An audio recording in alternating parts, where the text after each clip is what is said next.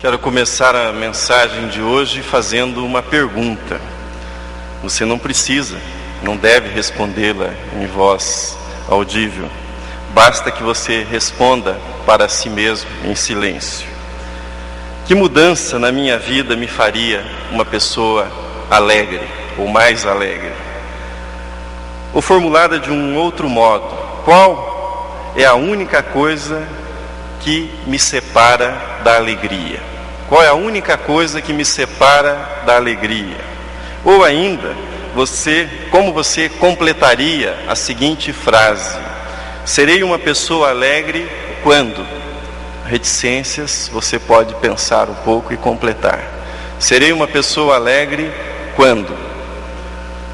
Algumas respostas possíveis, não sei se é uma resposta sua, mas algumas respostas possíveis. Serei uma pessoa alegre quando eu me casar. Serei uma pessoa alegre quando eu me divorciar. Serei uma pessoa alegre quando eu for promovido no meu trabalho. Serei uma pessoa alegre quando eu for rico. Serei uma pessoa alegre quando eu sarar desta enfermidade. Serei uma pessoa alegre quando eu me livrar das minhas dívidas. Serei uma pessoa alegre quando eu sair da casa dos meus pais. Finalmente terei liberdade. Não gosto de dizer isso, mas se a sua alegria foi formulada nesses termos, eu devo dizer para você que a sua alegria durará pouco. Sua alegria vai passar muito rápido. Se você quer uma alegria permanente, se você quer uma alegria na expressão do Evangelho de João, que não pode ser tirada da sua vida, tirada de você, se você quer uma alegria sem ressaca, sem arrependimentos, uma alegria sem remorso, você precisa olhar para aquilo que a Bíblia diz a respeito da alegria. Isso mesmo, a Bíblia é um livro especializado em alegria. Deus gosta de fazer do seu povo um povo alegre. Isso fica evidente à medida que nós lemos as Escrituras, do Gênesis ao Apocalipse. Deus insiste que o seu povo seja um povo marcado pela alegria. Por isso Deus colocou no centro da vida de Israel. A vida de Israel girava em torno de momentos de grandes celebrações. 4 celebrações, pelo menos, marcavam a vida do povo de Israel. Nestes dias, o trabalho, as obrigações cessavam e eles se dedicavam à festa, eles se dedicavam à celebração, eles se dedicavam à alegria. Quais eram esses dias? A celebração da Páscoa era uma grande festa na vida do povo de Israel. A celebração da festa das primícias ou das colheitas, quando eles traziam à presença do Senhor os melhores frutos e os primeiros frutos da terra. Eles celebravam a festa dos tabernáculos, quando o povo por 7 dias habitava em tendas, e com isso eles relembravam o período em que eles haviam caminhado pelo deserto e como Deus suprira cada uma das suas necessidades enquanto eles estavam no deserto, e agradeciam por este suprimento. Mas havia também a celebração do ano do jubileu, o 7º ano, quando eles não deveriam semear, deveriam deixar a terra descansar. Deveriam cessar todo o trabalho e deveriam celebrar sempre a bondade de Deus. Isso não mudou no Novo Testamento. Não mudou com aquilo que o Novo Testamento chama de a plenitude dos tempos, com a vinda do Messias, com a consumação do plano de Deus na revelação de Jesus. Como Jesus foi apresentado a nós?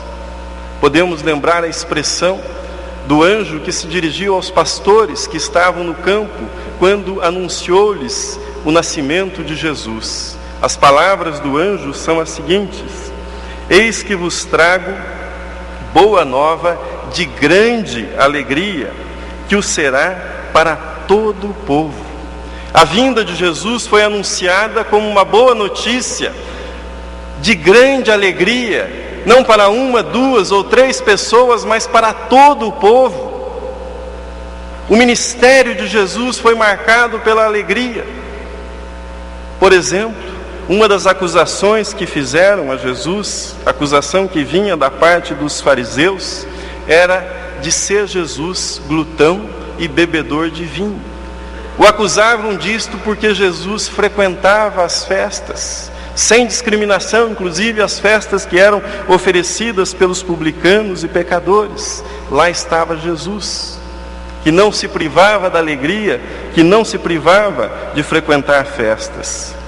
Por isso, neste brevíssimo olhar sobre a alegria no Antigo e Novo Testamento, é preciso que nós registremos que a Bíblia é um livro especializado em alegria, em ensinar o povo que a lê a ser um povo alegre. Mas a promessa de Jesus, a palavra de Jesus, quando anuncia a vinda do Consolador, quando anuncia a sua morte, a sua ressurreição, é também uma promessa de alegria.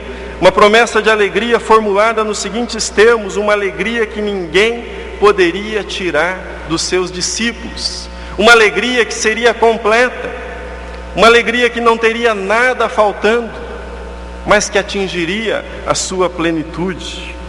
O que é uma alegria completa? Uma alegria que ninguém pode tirar de você, que ninguém pode roubar da sua vida. Uma alegria completa é uma alegria que não se deixa escravizar pelo prazer.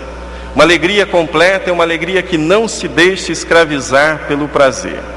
Em primeiro lugar, eu devo dizer para vocês que prazer não é sinônimo de pecado.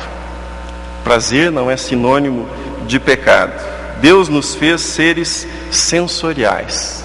Não há nada de errado em ter prazer em saborear uma boa refeição. Não há nada de errado em ter prazer em sentir um bom perfume ou ter prazer com um carinho, com um toque. Não há nenhum pecado nisso. Deus nos fez seres capazes de desfrutar da sua criação. Por isso Ele nos deu sentidos pelos quais nós somos capazes de usufruir da sua boa criação. E o prazer nos traz alegria. Porém, a alegria não pode se deixar escravizar pelo prazer. A nossa alegria precisa ser sempre e será sempre maior do que aquilo que nos é propiciado pelo prazer ou pelos prazeres. É justamente isso que nos diferencia dos animais, do restante da criação. Nós não estamos reduzidos aos nossos instintos ou necessidades. Nós podemos transcender os nossos instintos, inclusive as nossas necessidades.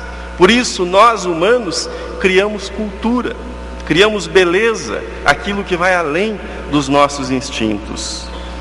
Um dos grandes problemas com a receita de alegria e felicidade nos nossos dias é que esta receita ela está centralizada na associação entre alegria e prazer, especialmente na associação entre alegria e o prazer propiciado pelo sexo, pelo ato sexual. O filósofo Dallas Willard, analisando este assunto, fez a seguinte observação. Ele escreve no seu livro A Conspiração Divina, dizendo sobre essa busca que as pessoas têm pelo prazer apenas no sentido físico e apenas no sentido sexual. Ele diz: as pessoas apertam freneticamente o botão do sexo esperando que dele surja alguma migalha de afetividade e de intimidade. Mas o resultado, quase sempre, é a frustração. Um outro analista da cultura contemporânea, Michel Kujaviski, num belíssimo livro intitulado A Crise do Século XX, afirma que as gerações passadas, especialmente na década de 60, quando houve uma grande revolução cultural, queriam liberdade para experimentar o sexo e o prazer do sexo sem restrições morais. Obtiveram esta liberdade, a cultura mudou, mas este autor faz a seguinte observação: uma vez na posse dessa liberdade, no uso dessa liberdade, estas gerações têm se perguntado: é só isso que a vida tem para oferecer? Será que é isso que nós queremos mesmo? Será que isto é suficiente para a minha realização, para a minha felicidade? Prazeres legítimos produzem sempre alegria, mas a alegria deve ser sempre maior que o prazer, pois o prazer, como já disse, num sentido sensorial, os animais também o possuem, mas nós fomos criados à imagem e semelhança de Deus.